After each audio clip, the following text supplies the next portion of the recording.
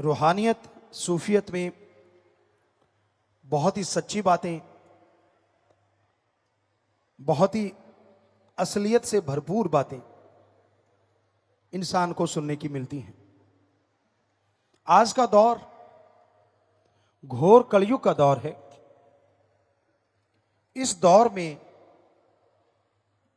इंसान समझ नहीं पाता वो किसकी बात पे भरोसा करे और किसकी बात पे भरोसा ना करे। जिसे देखो मिश्री से घुली हुई बातें करते हैं, जिसे देखो खुद गर्जी स्वार्थ की लिपापोती बातें करते हैं, जिसे देखो जेब काटने को तैयार बैठा है, जिसे देखो कहीं ना कहीं धोखा, कहीं ना कहीं बुराई की बू आने लगती है। इंसान उलझन में पड़ जाता है, समझ नहीं पाता किसको माने कि वो सही है और किसको माने कि वो डुप्लीकेट है। बड़ा ही विचित्र समय है, बड़ा ही अजीबोगरीब समय है। यहां लोग अपनी ईगो के लिए, अपनी खुदी के लिए खुदा को इस्तेमाल में लाते हैं। पहले ये सुना करते थे बुजुर्गों से, कोई किसी पे एक एहसान कर देता था तो लोग सारी जिंदगी उस एहसान तले दबे नहीं रहते थे, उस एहसान तले दोस्ती का निर्वाह किया करते थे। उनकी मित्रता, उनकी दोस्ती बढ़ती जाती थी। और आज एक नहीं लाखों एहसान कर दिए जाए, कलयुगी इंसान की सुई वहीं की वहीं रहती है। जब अपना मतलब हल करवाना हो, जब उल्लू सीधा करना हो, जब अपनी वाहवाह करवानी हो, जब जरूरत हो, तो लोग अपने मां बाप से रिश्ता रखते हैं, वरना मां बाप को भी मां बाप की तरह नहीं समझते। हम ये नहीं कहते कि सभी ऐसे हैं, पर पूरी जनसंख्या के अनुसार हमें जो लगता है ज्यादातर लोग ऐसे ही हैं। स्वार्थ है तो राम राम, स्वार्थ है तो सलाम, वरना कोई किसी को बुलाना नहीं चाहता। उम्र इंसान को बहुत कुछ सिखा देती है, जो ना तो पढ़ाई सिखा सकती है, ना कोई टीचर मास्टर लेक्चरर सिखा सकता है। उम्र एक ऐसी चीज होती है, ज्यों ज्यों गुजरती है, ज्यों ज्यों राही रास्ते में जुड़ते चले जाते हैं, त्यों त्यों पता चलता चला जाता है कौन सा राही कैसा है। पंजाबी च एक कहावत है, आदमी दा पता चलता है राह प्या या बाह प्या। मतलब कहीं रास्ते पे चल रहे हो तो पता चलता है, या फिर किसी से व्यवहार किया जाए तो पता चलता है, वरना आप कैसे पता कर लोगे कौन आदमी कैसा है। हमने बड़ी नजदीक से देखा है इस दुनिया को, जन्म से लेके आज तक सब बातें दिलो दिमाग में हैं। कई बार तो हैरानी हो जाती है, यार इंसान ऐसा हो सकता है। राम का नाम नहीं लेना, अल्लाह वाहिगुरु को याद नहीं करना, दुनियावी साजो सामान में उलझे रहना, दुनियावी इच्छाओं में खोए रहना। इच्छा करना कोई गलत बात नहीं, अगर इच्छा नहीं होगी तो जिंदगी नहीं होगी, पर इच्छाओं का मक्कड़ जाल नहीं होना चाहिए। जैसे मकड़ी जाल बुनती है, इस तरह इच्छाओं का जाल मत बुनना, क्योंकि कहते हैं मकड़ी जब जाल बुन लेती है, कई बार ऐसा भी होता है कि उसमें कोई जीव नहीं फंसता, पर खुद ही फंस के सूख जाती है। और राजस्थान में हम आम देखा करते थे, इतनी बड़ी बड़ी मकड़ियां बड़ा सा जाल बुन लेती, और अगर उसमें कोई जीव नहीं फंसा तो लास्ट में जब हम जाल साफ करते तो मकड़ी मरी हुई सूखी हुई मिलती, पता नहीं कब की मर जाती। तो उस तरह है भाइयों बहनों, इच्छाओं का मक्कड़ जाल इतना सख्त ना बुन लेना कहीं उसमें ही सारी जिंदगी गुजर जाए और मर जाओ, तबाह हो जाओ। ना ना, इच्छाएं रखो पर जायज। आज के इंसान की फितरत बन गई है, आदत बन गई है।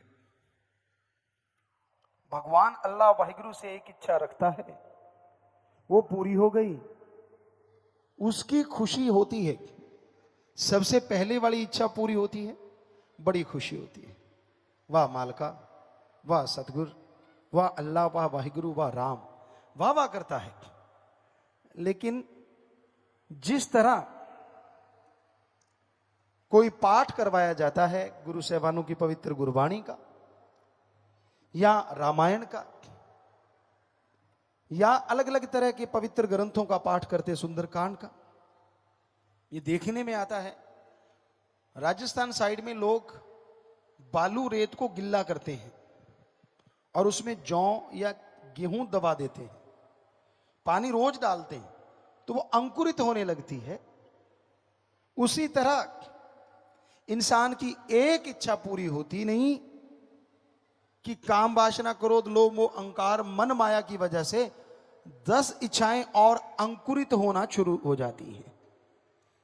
10 इच्छाएं मुंह बाए खड़ी हो जाती हैं और इंसान उन इच्छाओं के चलते अपने अल्लाह वाहिगुरु राम से दूर हो जाता है, गुमराह हो जाता है, भूल जाता है अपनी उस इच्छा को जो एक ही थी, मेरा मौला मिले, सदगुरु अल्लाह राम मिले, भगवान मिले, सम्मान मिले, दो जहान मिले, निज धाम मिले, परमानंद मिले, सब कुछ भुला देता है। यह है इच्छाओं का मक्कड़ जाल। इच्छा कदे बंदे दियां हुंदियां ना पूरियां, सोचदा बथेरा पर रहंदियां अधूरियां। बेपरवाह जी ने बहुत से भजन बनाए हैं, थोड़ा शब्दों का इधर उधर हो सकता है कि इच्छाएं इंसान की तमाम पूरी नहीं होती, सोचता बहुत है और वो अधूरी रहती है, और जितनी इच्छाएं ज्यादा अधूरी रह जाती हैं उतना ही वो टेंशन में, चिंता में आ जाता है। इच्छा पूर्ति के लिए यह जरूरी है कि आप सुमरन करें, भक्ति करें। धन्य वो मां बाप जिनकी इच्छा रहती है कि मेरी औलाद ओम हरि अल्लाह वाहिगुरु की भक्ति करे और इंसानियत की सेवा करे। दो तरह के लोग पाए जाते हैं, एक जिनकी इच्छा होती है परमार्थ में कर्म सीमा पे पहुंचना, कि मैं भक्ति करूं, सेवा करूं, मेरी औलाद नेक भली बने, तो उनको चाहिए खाना जो भी घर में सुबह से रात तक बनता है वो सुमरन करके बनाते रहो। यकीनन ये इच्छा मालिक कबूल मंजूर कर लेंगे और नजारे दिखा देंगे। एक काइयां आदमी होते हैं, बड़े चालाक, उनको होता है कि मेरे से प्यार बढ़े, मालिक से कम हो जाए तो वो शुक्र गुजारते हैं। उनको लगता है कि अगर मालिक से बढ़ेगा तो मेरे से घटेगा, और मेरे से बढ़ गया तो मालिक से कम हो गया तो कोई बात नहीं। ऐसे लोग अपने पांव पे कुल्हाड़ा मारते हैं। जो रहमतों का समुंदर उनको मिलने वाला था उससे वंचित रह जाते हैं, वो खोखले हो जाते हैं। थूथा चना बाजे घना। वो छोटी छोटी खुशियां लेना चाहते हैं पर ऐसा लगता है सब कुछ कहीं गुम सा हो गया। उनको रिश्ते नातों से कुछ लेना देना नहीं होता, वो तो अपनी ही इच्छाओं से, या दूसरे शब्दों में अपनी इच्छाओं पे सब कुछ कुर्बान कर देते हैं। एक कहावत है, बंदरिया अपने बच्चे को बहुत प्यार करती है, आप शायद नहीं जानते होंगे। यह प्रयोग किया गया, देखा गया कि एक तालाब सूखा था, बंदरिया वहां बच्चों के साथ रहती थी। एकदम से फ्लड आया, वो निकल नहीं पाई, पेड़ पे चढ़ गई, पेड़ डूबने लगा, बच्चा छोटा था, उसने घुटने तक बच्चा था, बच्चे को उठाया, अपने सिर पे बिठा लिया, लेकिन पानी चढ़ना बंद नहीं हुआ, पानी चढ़ता गया चढ़ता गया चढ़ता गया। और जब बंदरिया को लगा कि मैं डूबने वाली हूं, तो उसने झट से बच्चे को सिर से उतारा और अपने पैर के नीचे दबा लिया, खुद बच गई, बच्चा मर गया। क्या आपको नहीं लगता आज के इंसान भी बंदरियां हैं ज्यादातर? बुरा ना मानना, संत सच्ची बात कहते हैं, थोड़ी कड़वी जरूर होती है, पर सत्संगी क्या हुआ जो किसी पे लगे ना, वो स्पिरिट ही क्या है जो जख्म पे जलाए ना और उसको ठीक ना करे। तो आज के लोग इतने खुद गर्ज हो गए हैं, कहां तो खुशी हो कि यार सतगुरु से, मालिक से प्यार है, हमें क्या और चाहिए।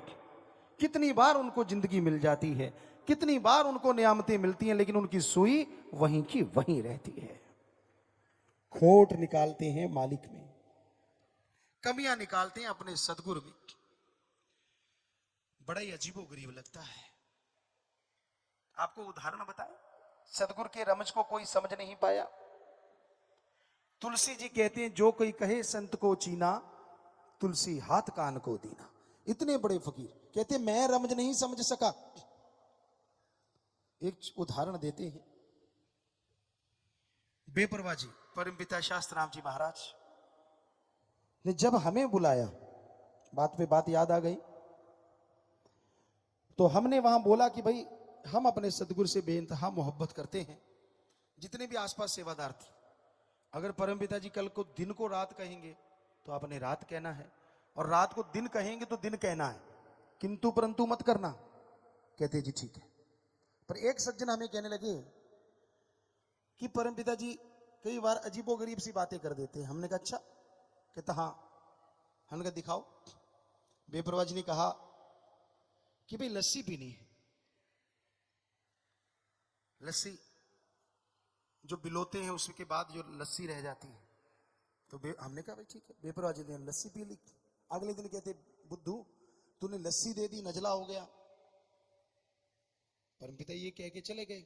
वो कहता मैंने कहा था ना, देख हमें कहने लगा, देखो खुद ही लस्सी मांगी परमपिता जी ने। हमने कहा हाँ। कहता अब वो मुझे लड़ रहे हैं कि भी तूने लस्सी क्यों दी, हमें नजला हो गया। हमने कहा मूर्ख, तू क्या समझे सतगुरु की रमज। वो जो तूने तेरे हाथ से लस्सी दी, पता नहीं तेरे पहाड़ जैसे कितने कर्म को सतगुरु ने डांट के खत्म कर दिया, अपने पे लेके, अपना नजला लेके खत्म कर दिया, तू क्या जाने। और बेपरवाह जी ने ये बात सुनी, कहने लगे तेरे जैसा मुरीदी नहीं तो मिला हमें। चक्कर तो यही है जो इतनी रमज समझ सके, तू जो बोला वो सच। सो कईयों को पता ही नहीं होता, पहले तो खुद ऐसे किया था, आज ऐसे कर रहे हैं, तब तो ऐसे था, अब ऐसा है। अरे मत पड़ो अकल के फेर में। सतगुरु अपने वचन को जब चाहे बदल सकता है, भगवान भी उसको नहीं बदल सकता। ये पवित्र ग्रंथों में लिखा हुआ है कि फकीर चाहे तो बदल दे अपने वचन को। कहते हैं भगवान की बांधी गुरु छुड़ाए, पर गुरु की बांधी कौन छुड़ाए। भगवान ने कुछ बांध दिया, किसी को शराफ दे दिया, तो गुरु उस बंदे के लिए प्रार्थना करेगा, मिन्नत करेगा, तो भगवान दया करके छुड़वा देगा कि चल भाई गुरु कह रहा है तो इसकी जिम्मेवारी लेना छोड़ देता हूं। पर अगर गुरु ही बांध दे तो भगवान को तो आपने देखा ही नहीं, उसके तो दर्शन किए ही नहीं, छुड़ाने कौन आएगा।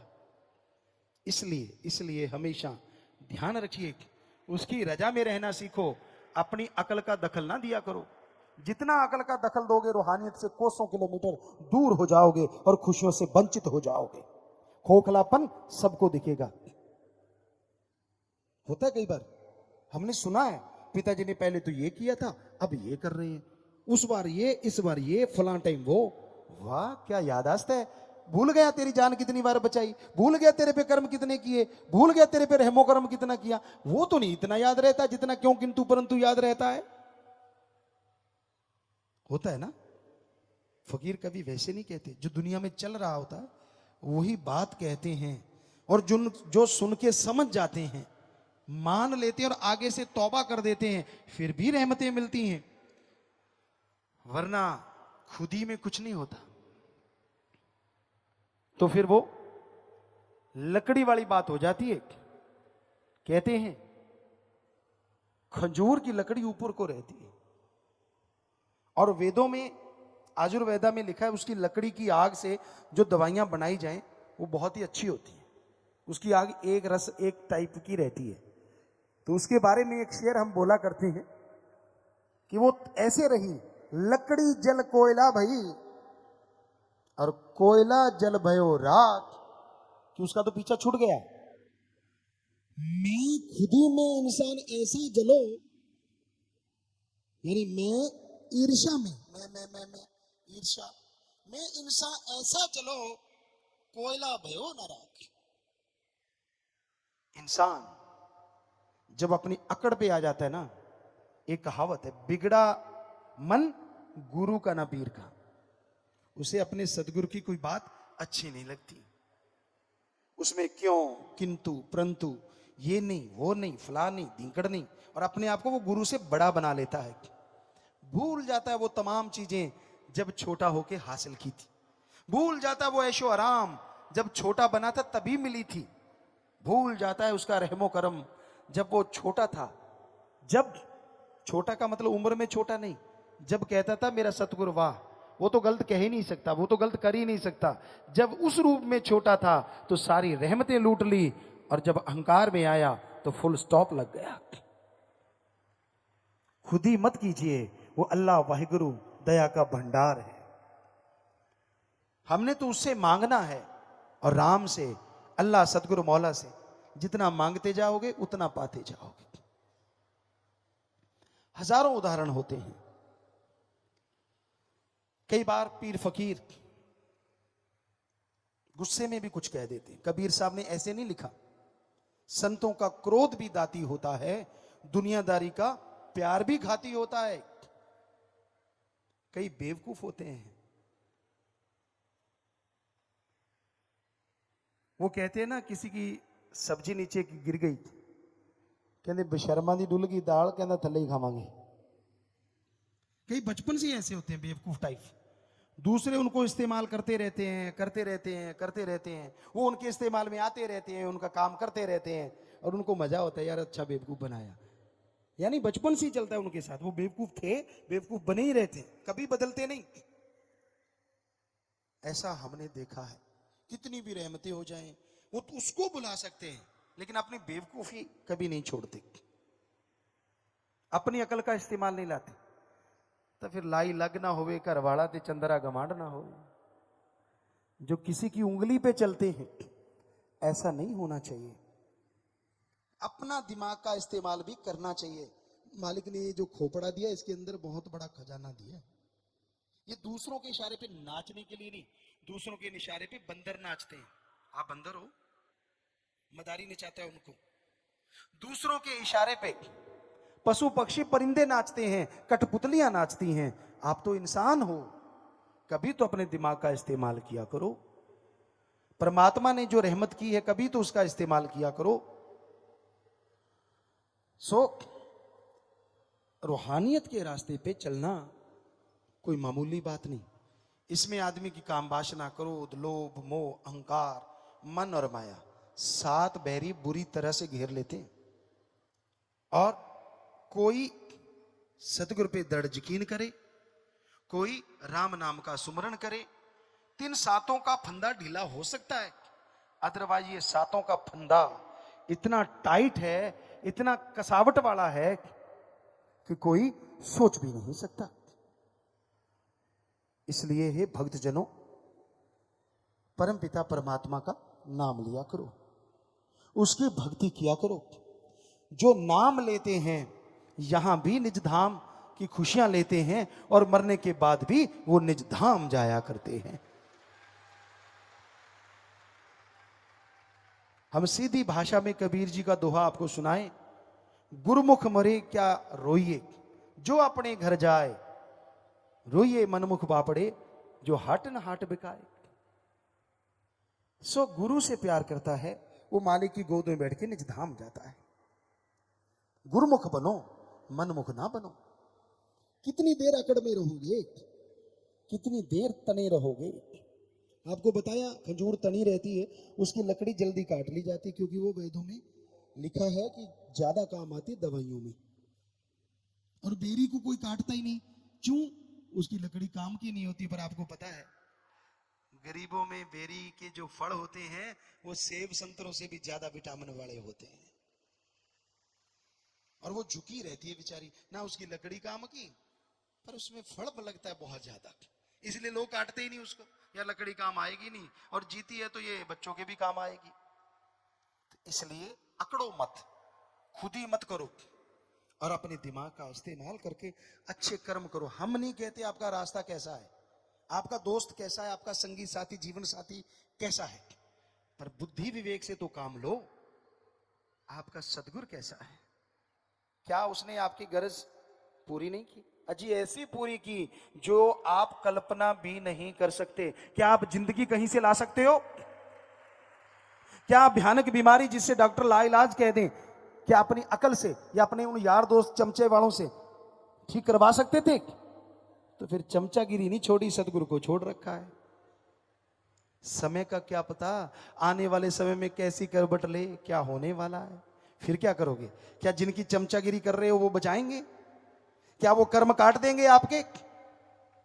कभी तो बुद्धि से काम लो, कभी तो विवेक का काम लो। हर टाइम जो मन को भाई वो ही गाता है। और जब महान मन का पहाड़ टूट जाता है, फिर कुर्लाता और चिल्लाता है, फिर बचाने कोई संगी साथी रिश्तेदार नहीं आता है।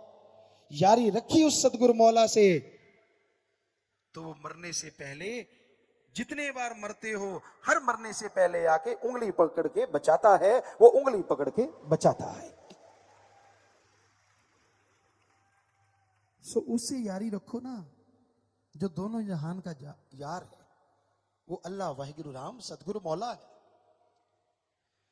वो नहीं छोड़ेगा, दुनिया कुछ भी बोले, उसने जिसका एक बार हाथ पकड़ लिया वो नहीं छोड़ता, नहीं छोड़ता, नहीं छोड़ता। आप लाख हाथ झटको, आप लाख हाथ छुड़ाओ, वो नहीं छोड़ता। क्योंकि उसको आपकी जिम्मेवारी हो जाती है जब वो आपको गुरुमंत्र देता है कि भाई ये मेरे बच्चे हैं। आप उनकी निंदा करो, आप उनको गाली भी देते हो, कोई फर्क नहीं पड़ता, क्योंकि वो तो फकीर है। फकीर की इज्जत इसी में होती है कि वो परमपिता परमात्मा के गुण गाता है। कोई उसे गाली दे, कोई उसे गलत बोले, राम जाने उसका काम जाने, पर वो सबके लिए मालिक से हमेशा ठंडी निगाह रखें, यही अरदास करता है, यही दुआ उसके चरणों में रखता है। कभी किसी का बुरा नहीं सोचता फकीर, हालांकि उनका बुरा सोचने वालों की कमी नहीं होती। कामादे आके टगे नहीं मरते। जिस सतगुरु मौला जिस दिए को रोशन कर दे, अरे काल तूफानों में क्या ताकत, उसकी लौ को डगमगा भी सके बुझाना तो दूर की बात। सो परम पिता परमात्मा वो राम जिसका निगहबान होता है, वो कभी भी कोई चोट नहीं खाता। आप कई बार पाखंडों में फंस जाते हो।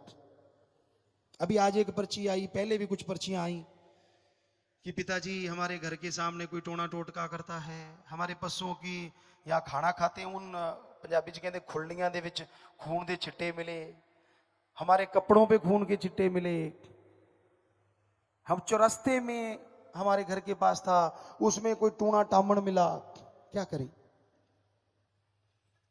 अरे आप सत्संगी हो, आपको तो कम से कम पता होना चाहिए ये पाखंड होता है। किसी बाज ने किसी पक्षी को झपटा और उसको फाड़ दिया, बाई चांस वो आपके घर से निकल गया तो नेचुरली वो खून के छींटे ही गिराएगा, अमृत की बूंदे कहां से गिराएगा? वो आपके कपड़ों पे गिर गए, कुछ आपके उस पशुओं के उस जगह पे। कहते नहीं जी रोज आ जाते हैं, और हो सकता है बाज का रास्ता रोज का हो, वो क्या पता, पक्षियों की भी रास्ते होते। आपके घर के सामने कुछ रख दिया, नारा लगा, उठा के फेंक दो, फिर क्या हो गया? जो करेगा सो भरेगा। कबीरा तेरी झोंपड़ी गलकटियन के पास, जो करेगा सो भरेगा, तू क्यों भया उदास? तू तो राम नाम का साथी है, तुझे किस बात का डर? पर कईयों को साइको हो जाता है, साइको दिमाग में बैठ जाता है, अच्छा अब ये रख दिया अब कुछ होगा, चप्पल उल्टी होगी। इंडिया में जितनी साइंस है इस तरह की, शायद ही पाखंडी साइंस, शायद ही बाहर कहीं हो। जुत्ती उल्टी होगी, ओहो हो, अब लड़ाई होगी, तो 50% तो लड़ाई के लिए तू तैयार हो गया कि लड़ाई होगी, आजा। अब ढूंढने दूसरा कौन सा है। अगर दूसरे की भी जुत्ती उल्टी होगी तो 50% वो तैयार हो गया 100% काम। साइको माइंड में फिट हो गया। आप जा रहे हो, पीछे से किसी ने छींक मार दी तो गड़बड़, बल्कि मारते कहीं तो आगे वापस, तूने छींक क्यों मारी हो? नहीं, उसके कोई गन थी जो गोली जल गई, ये तो परमात्मा ने दी, उसने मार दी, या तो उसके हाथ में हो। अजीबोगरीब है। रास्ते में झूठा मिल जाए, कई बेचारे कहते बस आज काम खत्म होगा तो वापस चले जाओ, कई वापस ही चले जाते, मैं नहीं काम पे जाता, नेचुरली वो काम तो खराब हो ही गया, नहीं जाते तो। अब झूठे के लिए बेचारे के लिए कोई अलग जगह तो है नहीं, या तो उसका घर बना दो, वहां बैठा रहेगा, फिर निकल के आए तो मानी बात। सारी गलियां गांव की, रास्ते रोड्स उसका ही घर है ना, वो तो घूमता ही रहेगा ना। आप उसके रास्ते में आए हो, वो आपके रास्ते में नहीं आया, वो तो जंगली है, वो तो जहां मर्जी घूमेगा, पर आपका बुरा हाल हो जाता है। बहुत पाखंड है। कोई इस दिन को मत नहाओ, उस दिन को मत नहाओ। कोई गंजा नहीं हुआ, हमने देखा, हम भी नहाते रहे, कभी कुछ नहीं हुआ। फजूल की बातें, इतने पाखंड हैं जी। अब पुराने बुजुर्ग भाई से या किसी माता से पूछ लो, आप किताब लिख लेना, इतने पाखंड बता देंगे आपके। हर बात पे पाखंड है, हर बात पे। अख फर्क की खब्बी के सज्जी पता नहीं। अब मसल हैं तो फड़केंगे, जब मसल स्टिल हो गए, मान लो आंख खुली की खुली रहेगी, कैसा लगेगा? आप सो रहे हो, आंख खुली है, बच्चे देख के डर के भाग जाएंगे, पेशाब निकल जाएगा बेचारों। तो ये फड़कता है तो धड़कता है तो काम चलता है। नहीं तुझे पूछ लो, इतने सारे ਨੂੰ पता होगा, थोड़े जो बहुत ग्रंथी बैठे ना कमाले ਭੈਣਾ ਤਾਂ ਕਰ ਮਹਾ ਗ੍ਰੰਥੀ ਹੈ, ਪਰ ਘੱਟ ਤੁਸੀਂ ਵੀ ਨਹੀਂ, ਭਾਈ ਵੀ। ਭਾਈ ਕਹਿੰਦੇ ਜੀ ਨਹੀਂ ਜੀ, ਸਾਡੀ ਜੇ ਸੱਜੀ ਫੜ ਕੇ ਤਾਂ ਚੰਗਾ ਹੁੰਦਾ ਹੈ, ਜੇ ਖੱਬੀ ਫੜ ਕੇ ਤਾਂ ਮਾੜਾ ਹੁੰਦਾ ਹੈ। ਇਹਦਾ ਮਤਲਬ ਤੁਹਾਡੀ ਖੱਬੀ ਕਦੇ ਫੜ ਕੇ ਹੀ ਨਾ ਖੜੀ ਰਵੇ ਸਿੱਧੀ। ਕਮਾਲ ਦੇ ਬੰਦੇ ਹੋ ਯਾਰ। ਔਰ ਭੈਣਾਂ ਦੇ ਉਲਟਾ ਸੌਦਾ ਹੈ, ਇਹਨਾਂ ਦੀ ਜੇ ਖੱਬੀ ਫੜ ਕੇ ਚੰਗੀ ਹੈ ਤੇ ਸੱਜੀ ਫੜ ਕੇ ਮਾੜੀ ਹੈ। ਬਿੱਲੀ ਨਿਕਲ ਕੇ ਭੱਜ ਗਈ, ਹੁਣ ਬਿੱਲੀ ਨੇ ਨਿਕਲਣਾ ही है जब ਤੁਸੀਂ ਘਰੇ ਖੜਕਾ ਕਰਤਾ, ਕੀ करे बेचारी। तो इस तरह के इतने पाखंड हैं, इतने ढोंग हैं कि मतलब सच कहते हैं आपको, भाई कोई बुजुर्ग बैठा हो या माता बैठी हो इधर, उससे आप लिख लो तो फिर उस पर व्याख्या करने का मजा आ जाएगी। वो इतने पाखंड होंगे पूछिए मत, हमने तो देखे हैं ये बहुत सारे पाखंड, बहुत ढोंग होते हैं। सुनना हो, जब बाबे की मटी होती है जो पेड़ों के नीचे बनाई, पंजाबियों में खास करके होती है, क्या होता है आपने देखा है, और हमने तो बड़ा नजदीक से देखा है। वहां दूध लेके जाएंगे, बेरी के नीचे होता है, वैसे है ना कमाल। बाबा भी कांटे वाले झाड़ी के नीचे रहता है, किसी का टाली थले भी जंड थले का हुंदा ही है। सो वहां जाएंगे और माता बहनों का देखना हो, वाह क्या कमाल होता है। ओहो बाबा इन्ना लवेड़ता, लवेड़िया की नहीं होता, चिड़िया ने मार मार बिठा मार। अब चिड़िया ही ऊपर बैठेगी तो बींट मारेगी ना, उसके कौन सा अंडरवियर पहना होता है, वो तो सीधी बाबा भी पड़ेगी आगे तड़ाक तड़ाक, और हम पास में खड़े हो गए, आपकी चुन्नी ने ऐसे चुन्नी उतारेगा, बाबा जी की करता।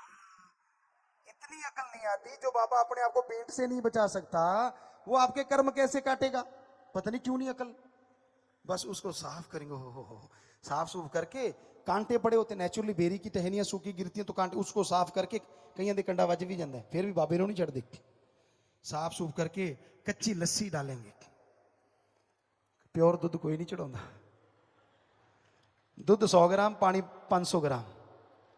बाबे ने किहड़ा टोकना है भी काका तू मैनू मिलावटी पिलाई जाना। बाबा जिहो जे तुसीं होए जा, बाबा बाबा तो इट्टां दा बने, तुसीं फिर भी हड्ड मासदे हो, शर्म नहीं आउंदी। और फिर उसके आगे झुक जाएंगे, बाबा सुख रखियो। कई बार झुगियां दे उत्ते बिठ वजदी भी, लै पुत्त रखती सुख, एक तो नाल ही लै जा जिहड़ी मेरे ते रोज वजदी है। फिर भी अकल नहीं आउंदी भी चलो बज गई तो बज गई, कोई गल नहीं। फिर हम कई बार देखते और हम कह देते देखो देखो देखो आपका बाबा आ गया, और वो माता बहनें, कोई ताई होती, कोई चाची होती, कोई सारे ऐसे थे। तब हम जो देखा करते थे, शुरू से हमें ये चीज़ों से अलग था, सतगुरु ने शायद काम लेना था, तो सारे घूम के देखते, पड़क पीछे देखा तो कुत्ता जो दूध चाट रहा है, तप तप तप।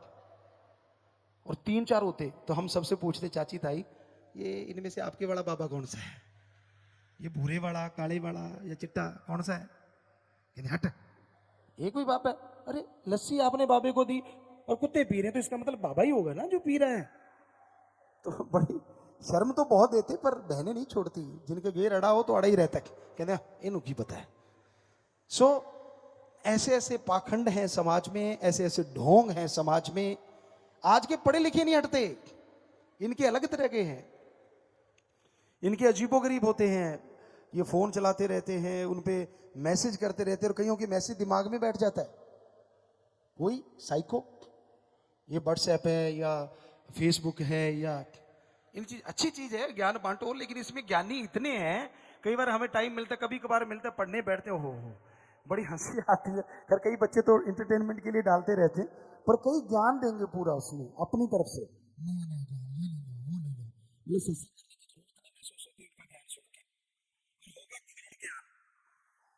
पता ही नहीं होता। पहले कहा जाता था कि भाई आप रोटी बनाते हो बहनों सिर पे चुन्नी रखो। आजकल के बच्चे कहते चुन्नी रखना स्टैंडर्ड के खिलाफ है। ये नहीं पता चुन्नी रखना नहीं, चुन्नी बांधना होता था ताकि रोटी में कोई बाल ना गिरे, कोई आपका वो जो डेंड्रफ है वो ना रोटी में गिर जाए। तो कहीं दी जू होंगी है कि विच ही ना तली जाए, इसलिए बंधा देते थे पहले चुनरी, और कोई पाखंड नहीं था। लेकिन आज के बच्चे तो चुनरी का कोई मतलब ही नहीं, लेना देना ही नहीं होता। चलो कोई बात नहीं, अगर रोटी बनानी हो तब कम से कम कोई टोपी टापी चढ़ा लिया करो, शेफ बन जाया करो, शेफ, वो तो स्टैंडर्ड हाई है। पर बाल ना बाहर आए, क्योंकि काफी रोग उससे फैलते हैं। हमारे पुराने बुजुर्ग समझदार होते थे, नीम बांधते थे, बैक्टीरिया ना आए। बच्चा होता था, उनके चारपाई पे जो नीम की पत्तियां डाली जाती थी, वो भी बैक्टीरिया वायरस ना हो। तो इस तरह से बहुत सारी चीजें अच्छे के लिए होती थी, पर आज वो पाखंड सा नजर आता है। तो अच्छी चीज को अच्छे की तरह लोगे तो वो पाखंड नहीं है।